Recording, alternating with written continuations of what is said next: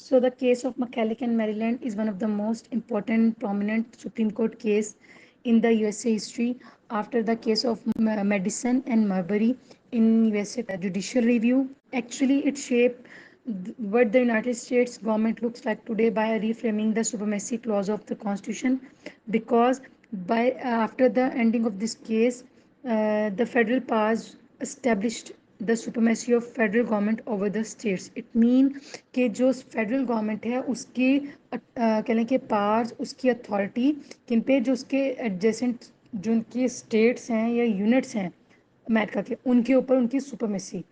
Actually case क्या था, basically 1789 में फर्स्ट नेशनल बैंक की क्रिएशन प्रपोज की गई थी।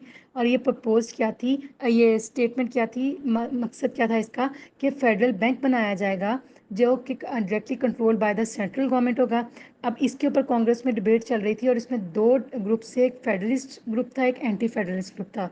आफ्टर सम टाइम जो डिबेटिंग का इन दोनों ग्रुप्स में थी, उसके बाद डिसाइड हुआ कि जी ठीक है जी, फेडरल बैंक बनाया जाएगा जो फर्स्ट चार्टर्ड बैंक होगा, किसका, यूनाइटेड स्टेट्स का। इस सारी डिबेट के बाद एट द एंड क्या है, फेडरलिस्ट जो ग्रुप था वो जीत जाता है या वो वोन कर जाता है, और क्या है, first chartered bank federalist bank बन जाता है।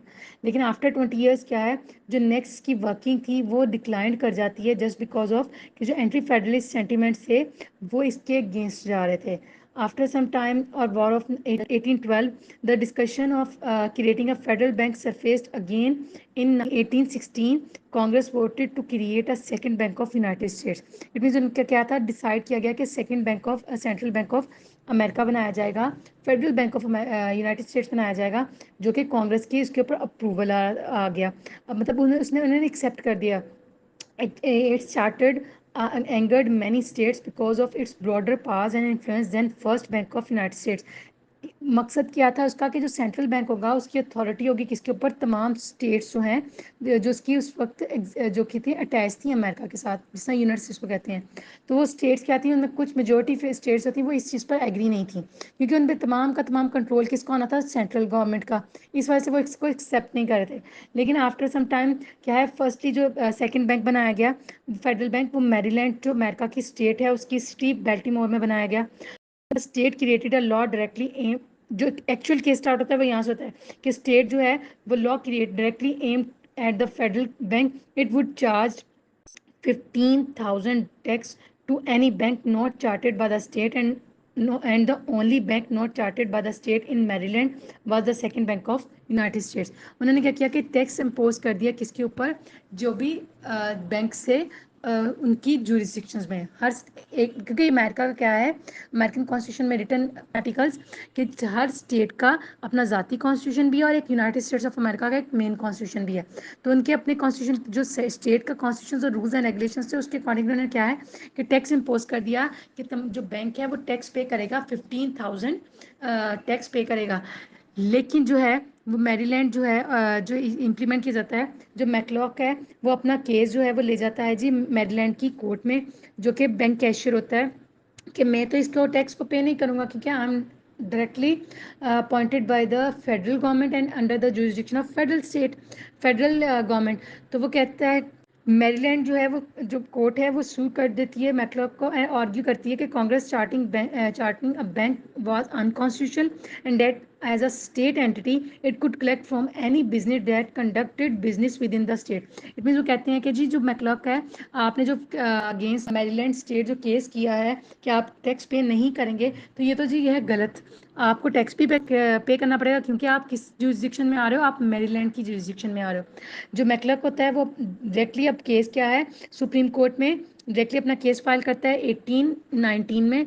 Court unanimously sided with the McCulloch, जो कि हाईएस्ट कोर्ट होती है वो किसकी फेवर में केस दे देती है, मैकलक की। मैरीलैंड ने जो केस जो डिसीजन दिया होता है उसके अगेंस्ट आते हैं वो किस बेसिस पर, वो कहते हैं कि जी chief justice John Marshall authored that court's opinion. He explained that the chartering of the federal bank by Congress was constitutional because it was powered implied by its enumerated powers in constitution.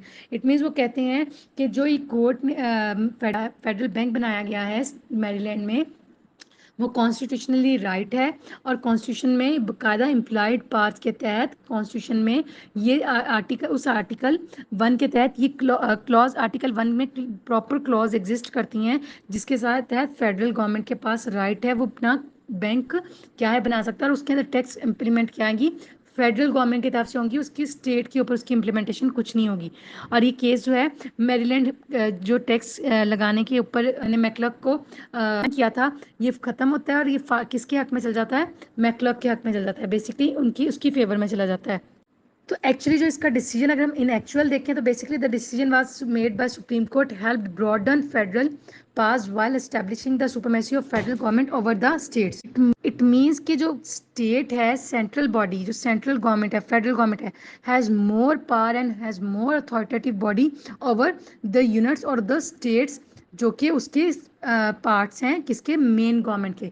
तो उसने कहा कि इसमें और इस case ने क्या कर दिया ज़्यादा क्लियरली डिस्क्लोज कर दिया या डिक्लेयर कर दिया कि सेंट्रल बॉडी या फेडरल बॉडी के पास ज़्यादा अथॉरिटी है बाय द स्टेट कॉन्स्टिट्यूशन कि वो अपनी अथॉरिटेटिव बॉडी के तहत इम्प्लीमेंटेशंस करवा सकती है या कुछ भी rules and regulations under the jurisdiction of constitution बना सकती है।